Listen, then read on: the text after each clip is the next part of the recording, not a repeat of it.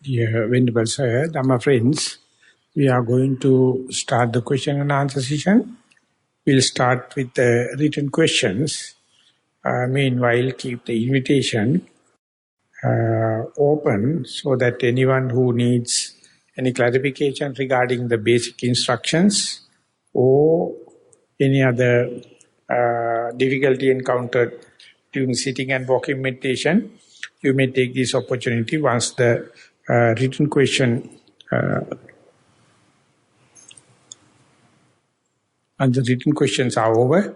With that invitation, I would like to invite Aruna to present the written question one by one, please. Venerable Sir, with your permission, there are only two written questions. One is in English and the other is in Sinhala. I'll first read the English one. Thero Saranai, Avasara Swami Maha. In the Paryanka Bhavana, my mind comes to the calm, full state without much effort. Earlier, I was experiencing other thoughts, even in this state, frequently. As per your Kamatahan, to do bookkeeping, I feel now frequency of thoughts are getting reduced, and I can be in the calm state for much longer.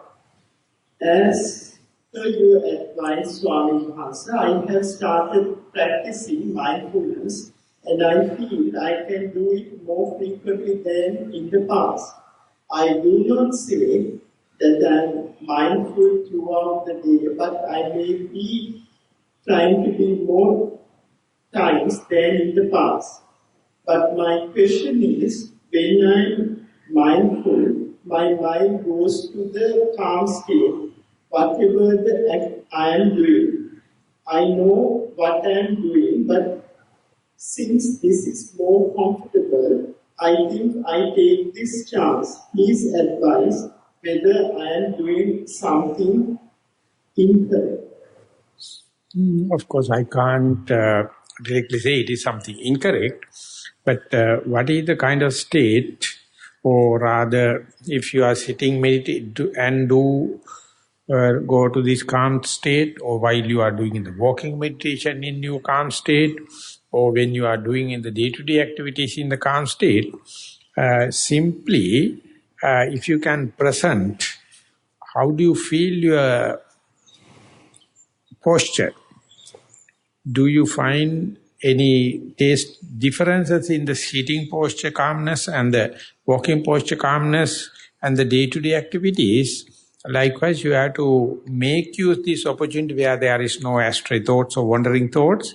What kind of a discretion, what kind of a delimitation, what kind of a sharpness in sitting, walking and day-to-day, like try to understand the posture whenever there are no distractions, something like thinking or pains or any other external distraction like sounds, so that you will be more and more friendly and you will developing more and more communication capacity about whenever you are with your body, whenever you are with your posture, and when there are no distractions, it's the best time.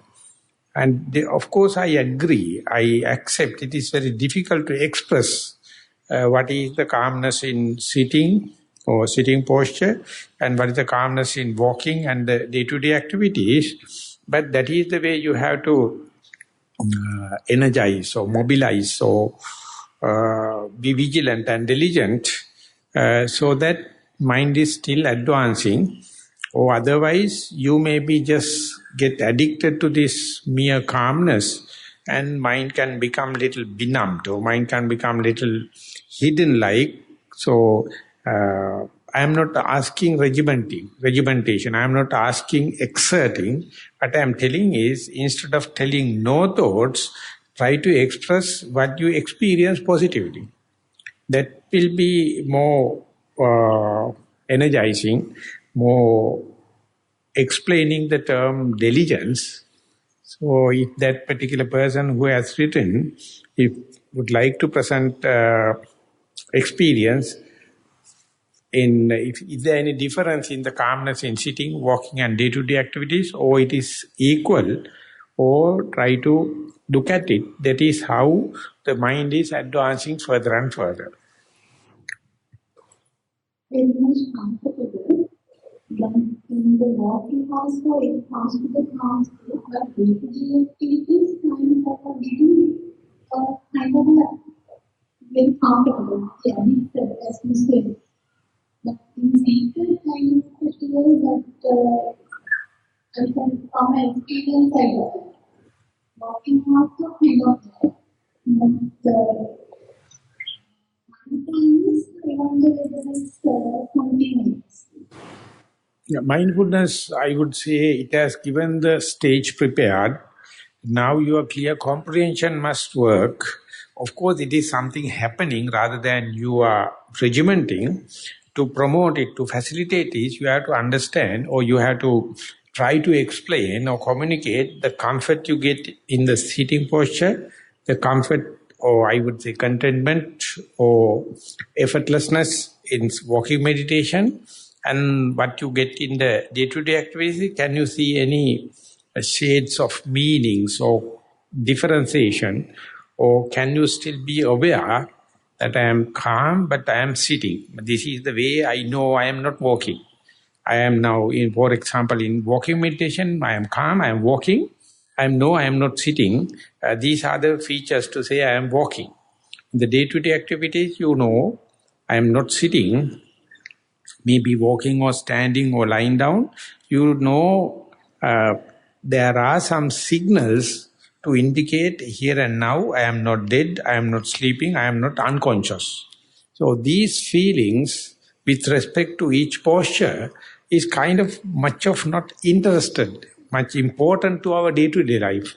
But for the mindful mind, it is very neutral, it is something verifiable, and it is keeping the mind mobile, or agile, or mobilized. So this is the way you just little focus the mind to that. Otherwise, it will be just addicted into. So after mindfulness, I know that I'm working. So I am asking you, I am pressing you to share with us. How do you know you are not sitting? How do you know you are not sleeping? I know my mind is in this calm state, but I know I'm walking.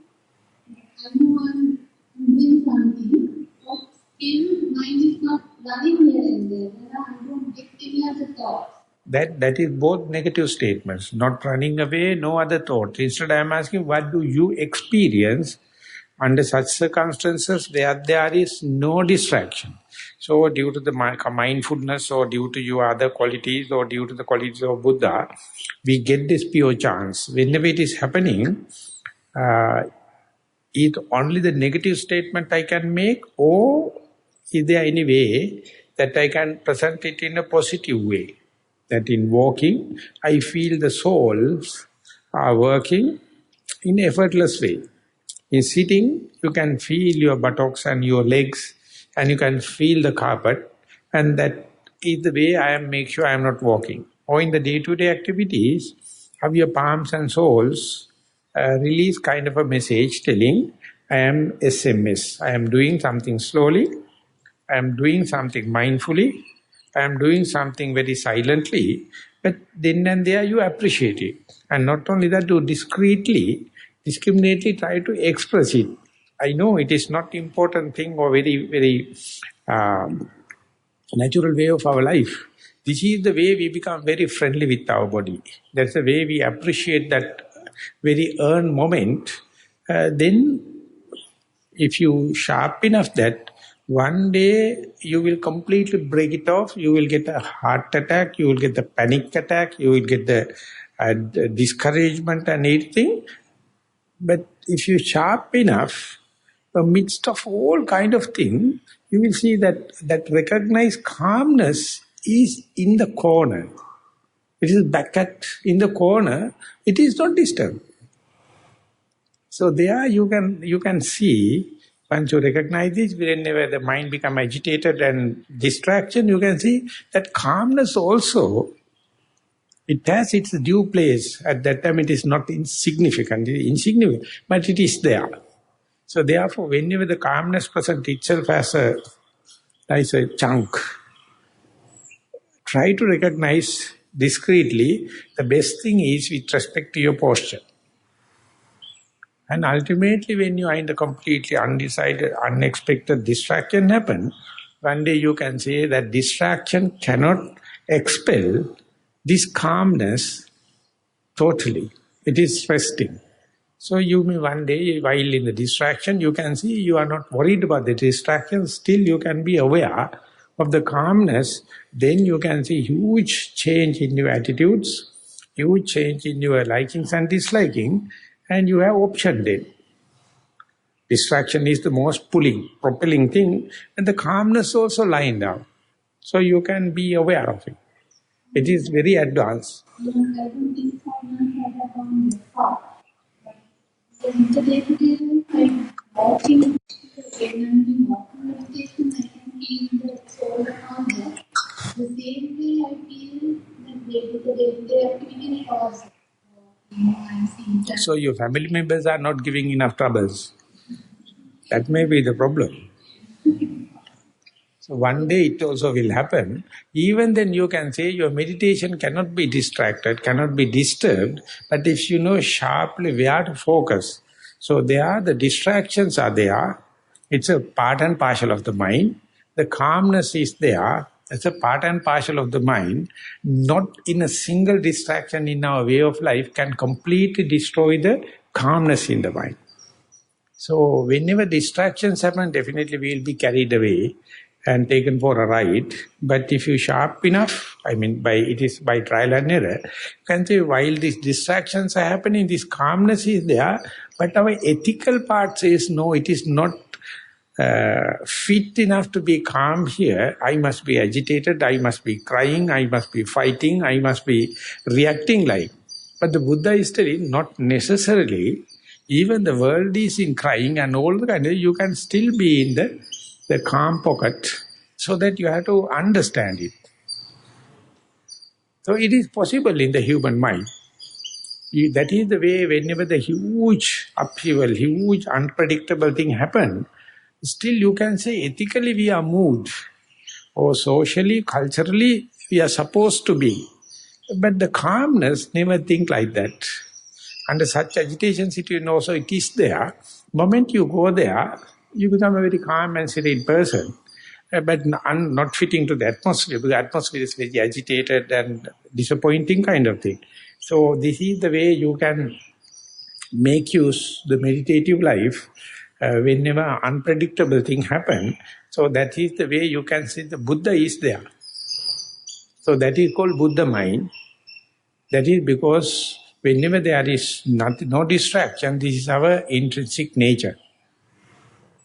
So intrinsic nature you have to isolate and understand simply with respect to your postures. 4 cardinal postures or posture junctions.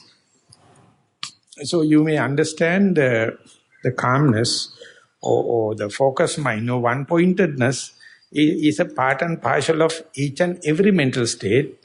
If you do not know how to recognize it or how to see the both of them are playing in a given moment, and still if you do not know how to take refuge of this calmness, then you will be carried away. But even then it won't make much of a permanent damage. It leaves rooms for your comprehension to develop. Whatever the thing happen, that is how it says even at the deathbed, you can be serene, you can be calm, and you can be aware if you go prepared. As I said, the next one is similar, but I'll try to do, since it is an English program, I'll try to translate it into English. Venerable Sir, as soon as you better first read the singer. Okay. ගරු ස්වාමීන් වහන්සේ පරයන්ක ගතෝ සැනින් මම දැන් මෙතන ඉඳගෙන සිටින ඉරියව්වට සිත යොමු කරමි. As soon as I come to the sitting posture,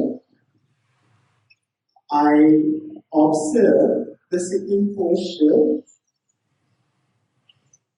ඉරියව්ව තුළ කය පිළිකා පවතින ආකාරයේ දිස බලමු. යටිකය ඇතුළේ ත්‍රිකෝණාකාර සටහනක් ලෙසද උඩුකය ඍජු වී ස්කන්ධයක් ලෙස පවතින ආකාරය දැනේ. I observe how the body is situated, and I can notice that the lower part of the body is in a triangular shape, and the upper part of the body is like quite straight and like a pole. එසිසියදී සමස්ත කය පෘථිවියට සාපේක්ෂව තද, බර, ගොරෝසු ගති මෙන්ම කය පැවැත්වීමට අවශ්‍ය උෂ්ණ, සීතල, චංචල කම්පන ස්වභාවයන් දැනෙන්නට පටන් ගන්නවා. When I am in that posture, understanding the posture, then I can feel the weight, the hardness, and also the heat and the cold, and also in addition to that, the vibrations I start to experience. Evam ක්‍රමයෙන් කියවි මොදලී ගොස් සියල්ල ශූන්‍ය බවට පත් වෙනු අයුරු දැනේ. Gradually, I start to notice that those experiences receive, and it gradually goes into nothingness. එම ශූන්‍යතාවයේ ලෙස සිත පවතී. වරින් වර කයට දැනෙන කෙලෙන දඟලන ගතිද මතුවේ. I keep on looking at that emptiness, but while I do that, from time to time, I start to feel burning, vibration, feelings I can feel on my body. Evam kiriti siddha නොපවත්වා ඉස්බව අනුව සිත නැවත පැවතිය හැකිය. At that time, I can look at only the emptiness without letting my mind go into those sensations. මේ අතර ආනාපාන සතියට සිත යොමුවේ. එයද පෙරකී පරිදි සුකුමවි සංසිඳී ඇති බව වැටහේ. While I do this, automatically my mind goes into Anapanasati. Even there, gradually the Anapanasati sensation starts to recede and becomes very subtle or almost nothing. වරින් වර බැහැර අරමුණු කරා සිත පැමිණියද සතිය බලවත් බැවින් නැවත මූලික අරමුණට හෝ ඉස්බවට සිත පැවැත්විය හැකිය. From time to time, my mind goes to other external thoughts and sensations. However, since my mindfulness is quite strong, I can really automatically, the mind comes back to the main object of meditation or the emptiness. පසුතැවීමට පත්වී මෙසේ ක්‍රියාත්මක වේ. ඉදිරි කටයුතු සඳහා උපදෙසක් දෙමින් ඉල්ලා සිටින දෙවන් සරණයි. So, I can go on like this without any regrets. And I wish to know, I'm looking forward to a guidance from you for my further progress in meditation. Thank you. First, I will try to give my impression in Sinhala, and then I will try to go to the translation. මේක ලියලා තියෙන විදිහට වෙන්නේ අපි මේ කය කියන එක ලෝකයේ තියෙන වෙනම කෑල්ලක්. කය කියන්නේ කන්දක්.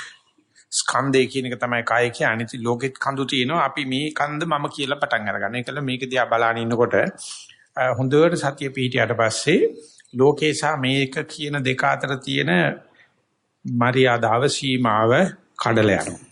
මොකද අපි අත් දෙක වහගෙන ඉන්න නිසා මම සහ මම නොවේ කියන දෙක අතර සීමාව කැඩිලා යනවා.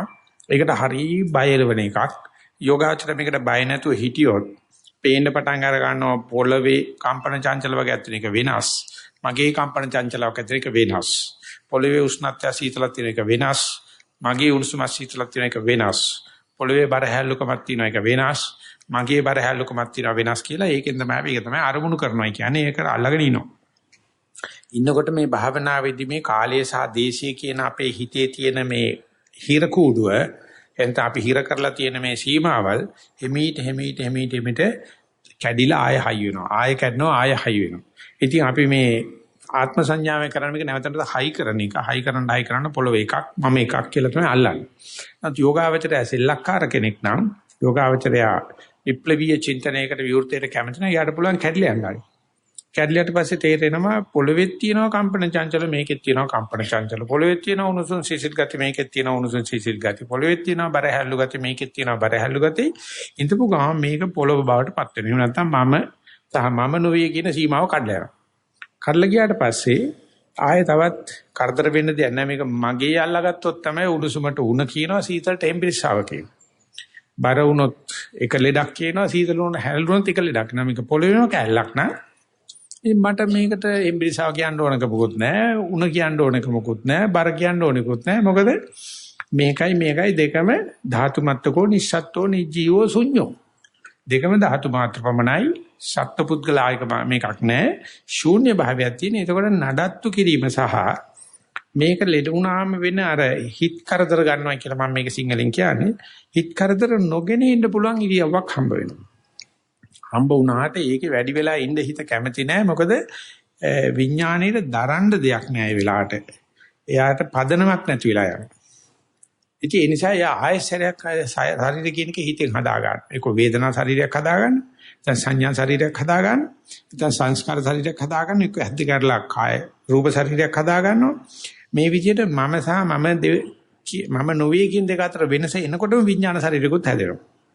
විඥානේ දිය වෙලා පදනම නැති වෙනකොට මම සහ මම නොවේ අතර වෙනස නැති වෙලා යනවා. ඉතින් ඕකට මේ වැඩි කොට භාවනා කරන්න ඕනේ නැහැ.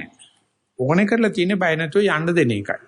බුදුරජාණන් වහන්සේ අපට දීලා තියෙන ක්‍රමය තමයි හොඳටම මම සහ ශරීරය කියන ලෝකයේ කියන දෙක පෙන්නලා මම කියන එක වෙන් කරලා අඳුනා ගන්න සතිය පිහිටවලා ස්වභාවික ලක්ෂණ දැකලා පෞද්ගලික ලක්ෂණ දැකලා පොදු ලක්ෂණ දැකලා මේක හිමීට ශරීර ලෝකයේත් එක්ක දිය වෙලා යනකොට ශ්‍රද්ධාවක පිහිටලා මේකට බාධා කරන්න එපා සීලක පිහිටලා මේකට බාධා කරන්න එපා සතියක පිහිටලා මේක බාධා කරන්න එපකොට ඉඩ දෙන්න. ඊට පස්සේ මේක සම්පූර්ණ ලුණු කැටයක් මොහොතට දැම්මා වගේ දී වෙලා යනවා. ආයසරයක් ලුණු කැටේ ස්පටිකකරණය වෙනවා. ආය දී වෙනවා. ආය වෙනවා. ආනෝක ටික කරලා එතකොට තේරෙනවා මේ ලුණු කැටේට ආකාර දෙකක් තියෙනවා. එකක් මේ පෞද්ගලික තමන්ගේ ස්වභාවයේ පෙන්වන ස්පටිකය. අනිතික මොහොතේ තියෙන ලුණු රසයත් එක්ක එකතු වෙන එක. එකතු වුණාට පස්සේ ලුණු කැටේට නඩත්තු කරන්න දෙයක් නැහැ.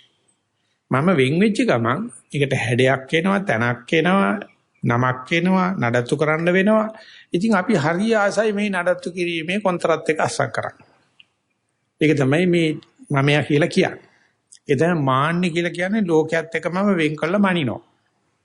ඒකල මගේ කොටස උසස් කියලා කියා ගන්න තටමන. උදේ ඉඳලා හැන්ද වෙනකන් තටමනවා මගේ වායෝ ධාතුව වෙනස්. මගේ පඨවි ධාතුව වෙනස්. මගේ උෂ්ඨේජෝ ධාතුව වෙනස්. ඉතින් මහ පොළොව බඩ බැඳගෙන hina වෙනවලු මෙහෙමත් අමනියෝ කියලා. අතරම hinaවෙන් එකක් තමයි මහ පොළොව hina වෙනවලු මීයක මෙරිච්චහමත් අඩි 6ක වලකට වලලනවා. වැල්ලුවට පස්සේ ඕක හතර මහා ධාතුන්ට බෙදෙනවා. බෙදිලා තියේදී මම ආරයට වැඩිය උසස් මගේ පටවි ධාතුවේ V shape body එකට තියෙන්නේ මම ආරයට වැඩිය ලස්සනයි මම ගඳයි මම සුවඳයි ඉතින් මේ කෝලම දිහා බලනකොට මහ පොළොවට hina කාලම ජීවත් වෙන්න පුළුවන් කියන බත් කන්න නැතුව මෙතන එක්කෙනෙක්වත් ඔතෙන්ද ගියේ නැති කෙනෙක් නෑ හැබැයි යනකොට බුදුම බයක් ඇති අර ලුණු කැටේ මුහුදට දාලා දී වුණා වගේ ඉතින් බුදුන් ගැන අදහන් නැති නිසායි අපි ආපහු ඇවිල්ලා මේ කයට හිත තියන්නේ. අපිට සීලේ නැති නිසායි අපි මේක දීලා දාන්න කැමති නැත්තේ. අපි සතියෙන් මේ ගමන ගිහිල්ලා ආපහු ඇවිල්ලා ආයෙ ගිහිල්ලා ආපහු ඇවිල්ලා උඟාක් පුහුණු කරලා නැති නිසායි මේක වෙන්නේ වෙනකන් මේක මම කියාගත්ත ගමන් නඩත්තු කරන්න ඕනේ. මේක මම කියාගත්ත ගමන් ඒක අනිත්කටද උසස් කියලා හිතා උදේ ඉඳලා හැන්ද යනකම් සුවඳ දුම් අල්ලාලා උඩ එකක් උඩ තියලා සුදු හුණු ගගා ඉතින් මේක නඩත්තු කරන්න සිද්ධ වෙනවා. ඉතින් ඒ නිසා මේක මගක් දුරට ගිහිල්ලා ලියලා තියෙන විස්තරේ මේකට අවුරු කරගත්ත කෙනෙක්ගේ වචන තමයි තියෙන්නේ. නමුත් හොඳට බලන්න මේක ක්‍රම දෙකකට සිද්ධ වෙන්න පුළුවන්. එකක් තමයි කාලය අනුව අනිත් එක තමයි දේශය අනුව. දැන් මම විස්තර කරේ දේශය අනුව Taman ඉන්න භූමිය සහ මහ පොළොව කියන එක දේශ. සමහරට කාලය අතුව පේනවා මේ පොඩ්ඩකට ඉස්සලා වෙච්ච දෙයි මේ දැන් වෙන දෙයි හෙට වෙන්න තියෙන දෙයි මොනම වෙනසක්වත් නැහැ. ලෝකෙ මම හිටියයි කියලා ඉර පායන එකේ කවදාකවත් වෙනසක් ඇති වෙන්නේ නැහැ. ඉර බහින එකේ වෙනසක් ඇති වෙන්නේ නැහැ. ඍතු ගුණ වෙනසක් ඇති වෙන්නේ නැහැ. ඒ නිසා කාලය අනුව බලනකොට මේ හටගත්තා පැවතුණා නැති වුණා ආදි වශයෙන් සිද්ධියක තියෙන දේවල් මේක සුව එළවන දෙයක් මේක දුක් එළවන දෙයක් මේක සතුටු දෙයක් මේක කනගාටු දෙයක් කියලා මම හැදිච්ච පරිසරයේ හැටියට මගේ පසුබිමේ හැටියට මේ සිද්ධි වලට නම් දෙනවා මිසක්කා මේ ස්වභාව ධර්මයගේ කාටවත් දුක් දෙන්න ඕන කමක් නැහැ. ස්වභාව ධර්මයට කාටවත් හැප දෙන්න ඕන කමකුත් නැහැ. මේ ස්වභාව ධර්මය කරන දේෙන් මම දකින්න මිනුම් දණ්ඩ හැටියට මේක සැප කියලා ගන්නවා. ඒකම මයිත් එකයි හැදිච්ච තවත් සහෝදරයෙකුට දුකක් වෙන්න පුළුවන්. ඒ නිසා කාලය අනුව බැලුවත් මේ සිද්ධි ගොඩාක් අපි පෙළගසාන ඉතිහාස හදන්න ගියාට මේකේ දී වෙලා යamak සිද්ධ වෙනවා. එතකොට ඕන විදිහට අනිත් කෙනා අඳුර ගන්න පුළුවන් අනිත් මනුස්සයත් ඉන්නේ මේ කාලයට දේශයට හිර වෙච්ච ගමන් ඒ මනුස්සයා අමනෙක් බාටපත් වෙනවා. කාලයට දේශයට දිය වෙන්නේ නැති වෙච්ච ගමන් එයා මනුස්සෙක් බාටපත් වෙනවා. එයා දන්න මේ සිද්ධිය වෙලා තියෙනවා. මේක කාටවක කරන්න පුළුවන් එකක් නෙවෙයි මේකට තටමලා වැඩකුත් නැහැ මේ හේතුඵල ධර්මයක් කරනවා සිද්ධ වෙනවා කියලා. ඉතින් ඒ නිසා අර මට අවසාන වාක්‍ය ලියලා තියෙන මට එහෙම පශ්චාත්තාවයක් නැහැ. මම මොකද්ද කරන්න ඕනේ කියලා. මේ කරන්න ඕනේ මේ දෙකටම සමහිත දාන්න. මම වෙන් වෙලා ලුණු කැටේ වෙන් වෙලා තියෙන එකයි මම නැති වෙලා ලුණු කැටේ මුහුදට දිය වෙච්ච වෙලාවේ දෙකේම තියෙන්නේ එකම ලුණු ස්වභාවය. එහෙම නැත්නම් මහ මුහුදේ රැල්ලක් නැගලා ඒ රැල්ල බිඳිලා ආයක මහ මුහුදට දී වෙලා යනවා කියලා හිතන්න. ඉතින් මේ විදිහට මුහුද දිහා බලනකොට নানা ආකාර රැලි මතුවලා දී වෙලා යනවා. එක රැල්ලක් කියන්නේ කිව්වොත් මම විශේෂයි කියලා. මම සුනාමි රැල්ලක්. එහෙම නැත්නම් මම බඩදිය. නැත්නම් මම බාදිය කියලා. ඒ රැල්ල දඟලන්න හැදුවට මහමුදට ඒ ගාණක් නෑ. රැල්ලේ තියෙන වතුරෙත් එතගතිය තමයි තියෙන්නේ. මුහුදේ තියෙන වතුරෙත් එතගතිය තමයි තියෙන්නේ. උඩ පැනලා බහැලා ගියත් එත වතුරේ තියෙන ගතියට මොකුත් වෙන්නේ නෑ. මුහුදට ඒක මහ දෙයක්ුත් නෙවෙයි. ඉතින් අපි කැමති නෑ අපි මනුස්සව බව පිළිගන්න. අපි හැම වෙලාවෙම බලනවා මම විශේෂයි. එතන මේ සිද්ධිය විශේෂයි. එහෙම නැත්නම් මේක විශේෂ গুপ্ত අදහසක් තියෙනවා. මේක දැනගන්න ඕනේ කියලා අර ජෙනරලයිස් කරලා පොඩ්ඩුවේ දකින්නට කැමති නෑ. මමත් නිකන් ගංගානංගගේ තියෙන වැලි තලාවක වැලි ඇටයක් විතරයි කියන්න කැමති නෑ. මම මගේ වැලි ඇටේ මුතු ඇටයක් කියාගන්න හදා. මගේ වැලි ඇටේ මැණික් ඇටයක් කියාගන්න හදනවා. නමුත් බුදුරජාණන් කියන අනන්තා වාලුකා ගංගා අනන්තා වාලුකා අනන්තා නිබ්බුතා ජිනා. මහලිගංගේ තියෙන වැලි ඇටවල කෙලෝරක් නැහැ. ගණන් කළ ඉවර කරන්න. ඒ වගේ මේ කාරණාව දැනගෙන අවබෝධ කරපු උතුමන් වහන්සේලාගේ ගානත් මෙච්චරයි කියලා නැහැ. මගේ තියෙන පටුකමට මම මේ කාලයට සහ දේශයට හිර වෙලා ඉන්නවා. හිර වෙච්ච ගමන් මම පොළවෙන් වෙනස්. භාවනාවෙන් නැවතත් අපි නැවතත් හතර මහා ධාතුන්ට මැරෙන්න ඉස්සලම සම්බන්ධ කරන්න පුළුවන්. ඒක තමයි මට හිතුනේ අහගෙන ඉන්නකොට. ඉතින් ඒක නිසා මේ හතර මහා ධාතුන් සමාන වෙච්ච සමතත්ත්වය විතරක් පිළිගන්න එපා. වෙන් වෙලා මම අවුසස් වෙලා තියෙන එකත් පිළිගන්න. ආයශරයේ දීවිචි තත්ත්වයක් පිළිගන්න. ඒක හරියට කියනවා ලෙගෝ සෙට් එකකින් අපි ලස්සන ආකෘතියක් හදලා ආයෙ ලෙගෝ සෙට් එක කඩනවා. කඩලා ආයෙත් හදනවා. ආයෙ කඩනවා. ඒ යුනිට්ස් වලට මොකුත් වෙන්නේ. නැත්නම් ක්ලේ ටිකක් අරගෙන පොඩි ළමයින්ට සෙල්ලම් කරනදී අපි යෝගෙන් එක නිර්මාණ හදනවා. ඒ නිර්මාණ මොන දේ හැදුවත් ඒ ක්ලේ වල තියෙන ඒ අඹන්න පුළුවන් ගතිය කිසි වෙනසක් වෙන්නේ නැහැ. ඒ නිර්මාණේ සදාකාලිකත් නැහැ. හැබැයි ක්ලේ සදාකාලිකයි. නැත්නම් ක්ලේ වල තියෙන ඒ අඹන්න පුළුවන් ගතිය ඉතින් ඒක පිළිගත්තා නම් ඒකට කියනවා මනුස්සකම කියලා. So I will try to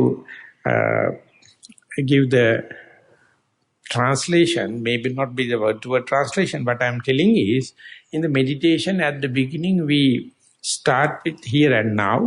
So when we are starting, you know, here I am. So there's a being.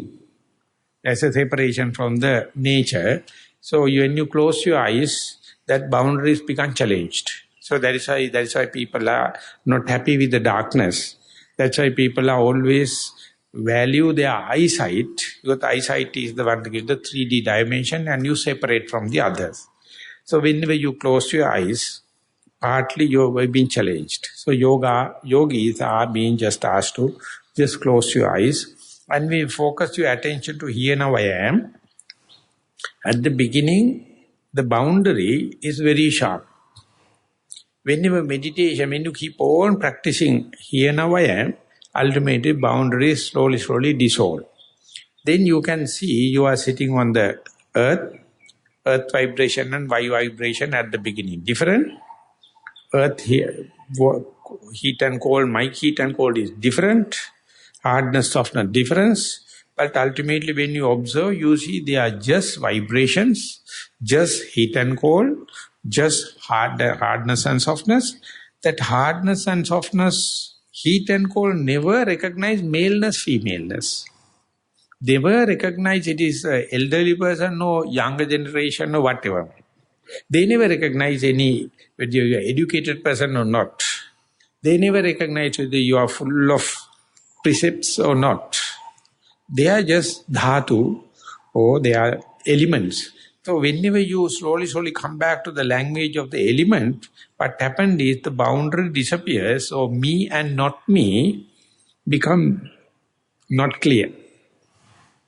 So then, unless otherwise you have a bold preparedness or personality, you become nauseatic, you become vomitish, you become bored, you become outcasted. So that is why the Buddha says you must have basically the faith and the precepts. And then go into it. Let it happen as much as possible. And again, let it happen again, come back to you. Have the boundaries, me and not me. And again, let it dissolve. Let it happen 1,000 times. And you may understand these are two sides of the same coin. Sometimes it is an entity separated. Sometimes it is dissolved. So whenever you are ready to accept, you find it is nothing miraculous in something happened due to the meditation. This is the human being or any being, but those who do not happy with that are called putujjana or called commoner. Person who is happy to accept both the modes, they are training people, whether you are dissolved into the larger spectrum or you become isolated that entity, so then you become like amphibian. You can live in water as well as you can live in the dry land. So that is how you are increasing your capacity, the potential and your spectrum. So by recognition, by understanding or by allowing it, you know nothing you lose. Only you lose is your tension. Only you lose is your frustration. Only you lose is your burden of maintenance. When it is dissolved, no burden. You are just a grain of sand in the sand bed. It will take care. So this is the vipassana meditation, or in this inside meditation only give that kind of a radical reflection and outlook. But many, not only this audience, but many meditators never recognize this as the meditation. They wanted to have the serenity, or they wanted to have the calmness, or they don't have the kind of concentration. So it is nothing but addiction, alcoholic addiction like. I mean, it is not a bad thing in the concentration, what the Buddha recommend. But in that situation, you never lose the boundary. You are always hardening the boundary. You become an entity. You become very proud. You become very conceited, telling other people not I have like. But when you dissolve the boundaries, it's a kind of a new experience. But more and more practice, you find it is not religious. It is not spiritual, it is physics. So you definitely, I hope, contradict when you practice more and more. So for the first time when I read Ken Wilber, the book No Boundary, it was so enlightening because I have never thought about it, even though I have a little bit of here and there experience. He says whenever whenever curved line you draw, that whenever line is curved, it projects the center. And then immediately when the line becomes arc, it projects the center and it have the behavior of rotating around the same center. But imagine the arc becomes straightened and completely straight line, its center become infinitely out. And it has no boundary, it is directed to the infinitum. So whenever you become crooked, whenever you become cheating, whenever you become conceit, it's called the arc-like line.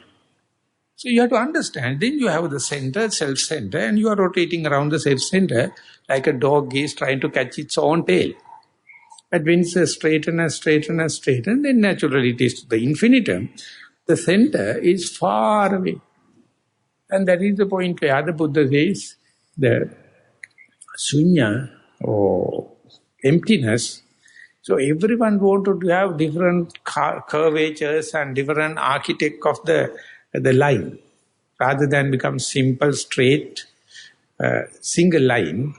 So becoming a single life and becoming a curve is both two options of a line. So when you are observing it, it has something ethical address, it has something elementary address, it has something mindfulness. So therefore, integral kind of understanding you can have it. But I am not telling about just philosophical, but in the meditation, when it happens, please don't disturb it. Let it happen. Anything happen in the meditation, nothing to react, nothing to assume. Only thing is, let it happen again and again. More and more you practice, less and less doubt you entertain. More and more you practice, less and less fearfulness arises. More and more you practice, you find this is the nature. At the beginning it appears like the second nature, but later you find that is the nature. The curved thing is the artificial thing. But in our day-to-day life, business life and the political life, the curvature is the nature. Straight thing is appear like something artificial. So always we try to fit into our fixed curve and relate to the egocentric idea. So much so, it has its own behavior. But the Buddha says it is sick. It is not natural. But one day it will learn, if we learn the teaching of Satipatthana, how to make it straight. Not throughout, even for a split second, when it's straightened, if you know this is the straightened line, then you can feel Buddha, then you can feel Dhamma, then you can feel Sangha, then you can feel the virtues or ethical values because they are preliminary necessities for you to lose your crooked nature and come back to the straightforwardness. And the Buddha says sometimes it takes 7 years, sometimes it takes 7 days, and sometimes it says if you know morning, evening you can realize it. It is not much time taking for the people with the quick wit.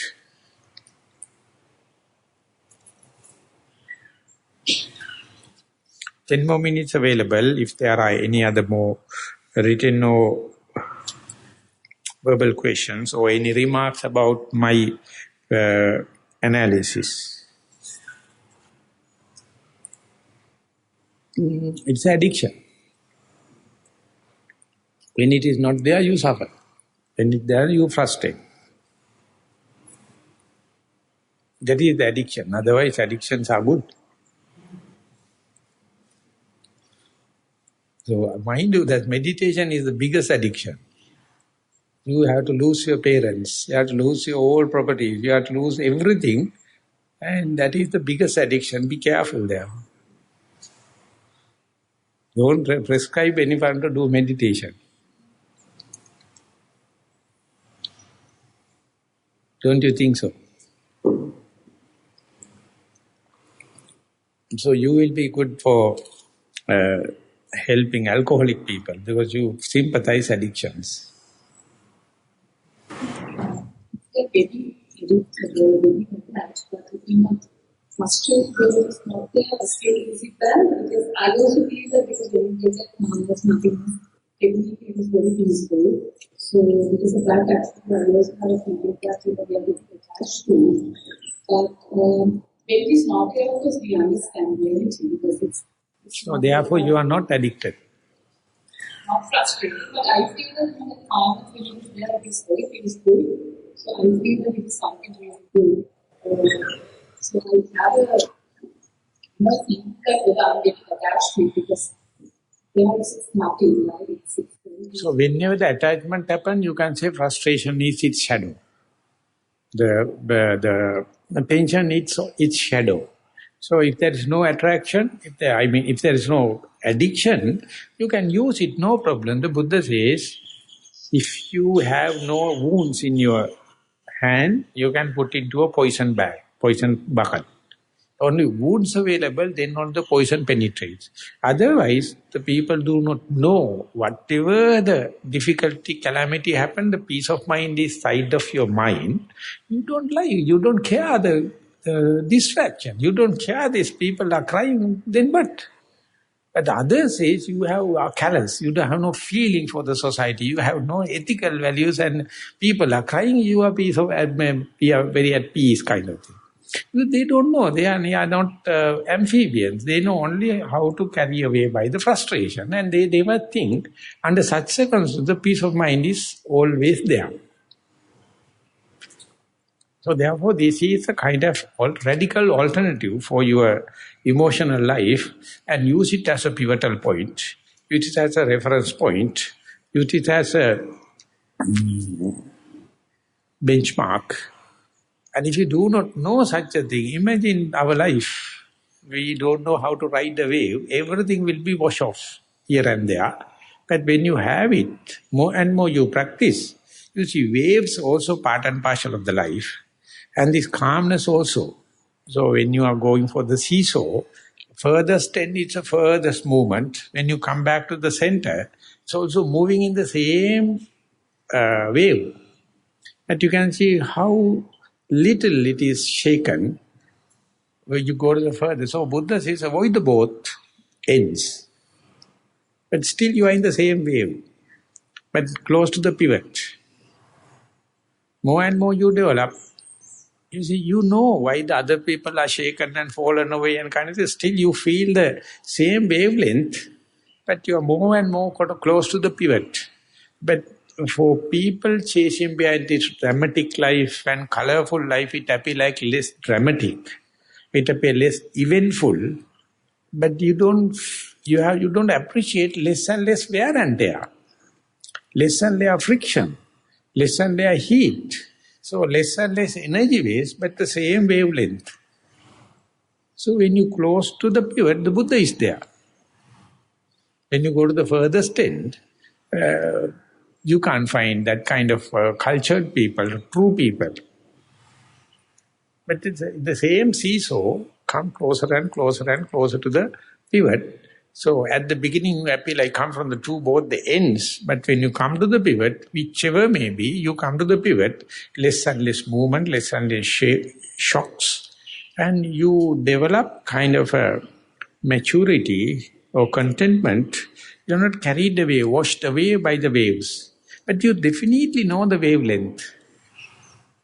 So these are mathematical models for a wise people can understand with deductive knowledge, with inferential knowledge. So if you do not have theoretical understanding or mathematical kind of thing, you will have to do same thing 1001 times, still the same thing happens, come back to the same, or regression can happen. But the wise people, by one or two events, they get the model. This is not also to explain the prevention and strain. I think for people like us, because day to day, I think we have to change, because sometimes we need to take the shape of this curve, because we need to understand our identity, because day to day, because otherwise it is very difficult for us to do our jobs and our responsibilities. But at the same time, when it comes to meditation, we can do that. So may I ask a question? Is there any difference in males and females in maintaining the curvature? I feel that if it is the straight, of course, I don't see any difference between males and females. But when it comes to this curvature, I can't comment, but I feel that because that is where we get into this ego when we come to this curvature. So at that moment of time, yes, we understand differences. But I think when it comes to straight line, because it's all about... it is human. Then no male, female. So that is why it says, akka yanne enne kanne bonne harima taletai, akka harima taletai. Gome ay akka danne, ayya danne natte kila panga. මේකට මම හැමදාම බැනුම් අහනවා මේ ප්‍රශ්නේ මම අහනවා අහපුවම හරියට බැනුම් අහනවා ඉතින් එහෙම එකක් තියනවාද කියලා මේ අපේ මේ හැඩ අපේ පන්තියේ හැඩය කියලා එකයි ඌ මොනවා කරන්න ගියත් හැඩ උට හැඩේ ඕනේ තව එකෙක් හිටියා යුනිවර්සිටි එකේ කැටයන් කියලා උට කියන්නේ මොනවා කරන්න ගියත් හැඩ දාලා කරන්නේ ඉතින් ඒ ගතියේ මේ හැඩ දාන ගතිය ඕ කැටයමේ කැටයන් උට කියන්නේ කැටයන් කියලාම දාන නම දාලා තියෙන්නේ ඒකේ ගෑනුන් අත්ංගයකට තියෙන අදහස සහ පිරිමින්ගේ අදහස බලනකොට මම ළඟ තියෙනවා මහා අසාධාරණ එකක් මේ ගතිය ගෑනුන්ගේ වැඩි කියලා. මම හැමදාම බැනුම් අහනවා. ඒකට මම ඒකයි මේ ප්‍රසිද්ධිය අහන්නේ. ඒ හැඩ දානවා වැඩි, කැටයන් වැඩි. එහෙම හිතෙන්නේ නැද්ද? ලාලිත්‍ය. එහෙම නැත්නම් මේ ලාවන්‍ය ආඩවට්ටම I don't know. I don't think so, because I think it's no, then I have to raise my hands. This is the way I see. So I have to live a female life and then have to see whether comparison is there. So, sorry, I don't have vocabulary for translation that into English. Although if you can, you may translate it for me. I am observing whether that is what you call the femininity and masculinity. Masculinity dashing through. Don't worry about what is the thing. But the femininity, always think about the way and all the kind of thing. I don't see it is a male and female sex, but I'm telling femininity and the masculinity. They are worried about the way and the means. The masculinity, I find only to find the means, whatever may be the way. But the females or femininity is worried about. So, is there any differences, therefore, in their approach towards from the curvature to the straightness? Because if you are trying to do more and more curvatures and catayang and header, I think you are far away from Nibbana. You may be a meditator. You may be very good in concentration. But understanding the simplicity, the straightness, and it's a very, very beautiful thing. The straight line, shortest line. In mathematics, it says the line between two points, the shortest one is the straight line. Others are always curvature. So whatever we do, always curvature. What is happening? Very straight. The nature, what is happening? Always very straight. Anything intentional you do, anything you add, creativity, productivity, everything you make it complicated. So that is where your personality expressed. Your likings and disliking is the other person, but they are the hard and fast behaviors. So through that only we find that he is so and so, is and so like. But the human nature still undisturbed. It is waiting. It is waiting till we give up all the kind of volitional involvements and let the things to happen. More and more it is going there. You appear like an expert. You appear like a very genius. You appear like a very mature. But what is happening is you just let it go. You just let the nature to happen. It is something miraculous. Okay, time up. I'd like to add something Bhante said. During the last 2 day sessions, we had that Dhamma Vipassana during the program similar. Bhante mentioned two distinctive differences between the Vipassana jhana and the Samatha jhana. Now, when expressing the Vipassana part, the first he said, and he pointed out after what he learned in Burma from his teachers, that Vipassana jhana person will experience the same jhanic factors, and of course he or she will be experiencing the calmness and also the piti and sukha. And he said there's nothing wrong in those things. He said that very clearly, that there's nothing wrong in it. And he said the Burmese teachers drew from the Samatha jhanic factors as a comparison. But in the case of the Samatha yogi, when he or she experiences the first jhana and the second jhana, the I-ness or the soul factor or the identification with the experiencer is much stronger than in the case when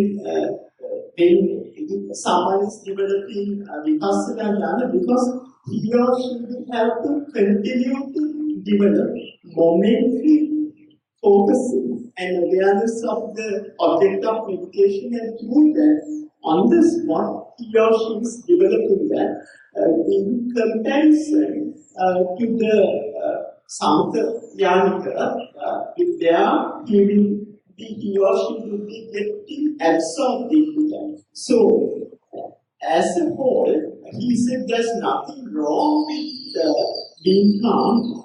Of course, on the part, it may be necessary to do that, but when we are too engrossed in the jhana, then the experiencer will get attached to it as a state he or she is experiencing rather than a momentary changing of phenomena. Maybe subjective and objective difference. Maybe the Samatha jhanic yogi become a slave to that attachment, that calmness. Vipassana person is a mastering your capacity. You need to become a slave to that experience. He say it can go off, it can come back. But the Samatha person, once develop it is gone, they regret. They become frustrated because they are momentary. The radical reflection or revolutionary reflection is less. So that is what I am telling, that there's a kind of the attacking nature, or not the attacking nature, intruding nature must be there in the Vipassana. Yes, I develop, it can go off. Again, I can develop, it never change permanently. So you make it as a challenge and keep on polishing tactics. Not adhering to one particular tactic. But the samatha person is, maybe same person have two aptitude, in morning one thing and evening one thing. Whenever you develop attachment, you have to say, you become a slave to your own product. Okay, now it's 4 minutes overtime, so we are going to stop the morning session and we will be meeting at 1:30. Yeah, 12:30 to 1:30 walking meditation. Now it is almost 11:20. 12:30 to 1:30 walking meditation. 12:30 to 1. 1 to 2 sitting meditation. So there's a, from here onward, we will continue, and 1 o'clock we will be meeting here for another sitting session. Thank you very much for the participation.